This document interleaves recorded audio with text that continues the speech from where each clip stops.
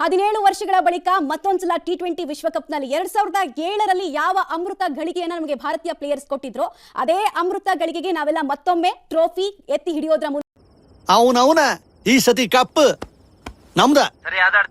ವೀಕ್ಷಕರೇ, ನಿಮ್ಗೆಲ್ಲ ನೆನಪಿರ್ಬೋದು 7 ತಿಂಗಳ ಹಿಂದಷ್ಟೇ ನಮಗೆ 50 ಓವರ್ ವಿಶ್ವಕಪ್ನಲ್ಲಿ ನೇನ್ ಗೆದ್ದೇ ಬಿಟ್ವಿ, ನಾವು ಪ್ರಶಸ್ತಿಗೆ ಮುತ್ತಿಕ್ಕೇ ಬಿಟ್ವಿ ಅಂದಾಗ ನಾವು ಸೋತಿದ್ವಿ.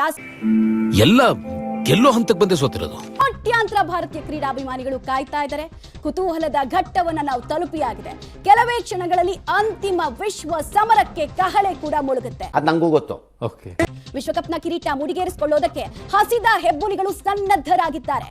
ಹರಿಣಗಳ ಹುಟ್ಟಡಗಿಸಿ ಟ್ರೋಫಿ ಎತ್ತಿ ಹಿಡಿಯೋದಕ್ಕೆ ರೋಹಿತ್ ಟೀಮ್ ರೆಡಿ ಅಂತ ಹೇಳ್ತಾ ಇದ್ದಾರೆ. ಸೊ ಬಹಳಷ್ಟು ಕ್ಯೂರಿಯಾಸಿಟಿ. ಆಬ್ವಿಯಸ್ಲಿ ವಿನ್ನಿಂಗ್ ಫೇವರೇಟ್ಸ್ ಯಾರು ಅಂತ ಕೇಳಿದ್ರೆ ಎಲ್ಲರೂ ಹೇಳೋದು ಇಂಡಿಯಾ ಅಂತ, ಎಡ್ಜ್ ಇರೋದು ಇಂಡಿಯಾಗೆ ಅಂತ. ಬಿಕಾಸ್ ಆ ಥರದೊಂದು ಟ್ರ್ಯಾಕ್ ರೆಕಾರ್ಡ್ ಅಂತೂ ಇದ್ದೇ ಇದೆ. ಈ ನನ್ನ ಮಕ್ಕಳು ಆಡೋದು ನೋಡಿದ್ರೆ ಮೈಯೆಲ್ಲ ಉರಿಯುತ್ತೆ. ಎಲ್ಲಾ ಮ್ಯಾಚು ಫಿಕ್ಸಿಂಗ್.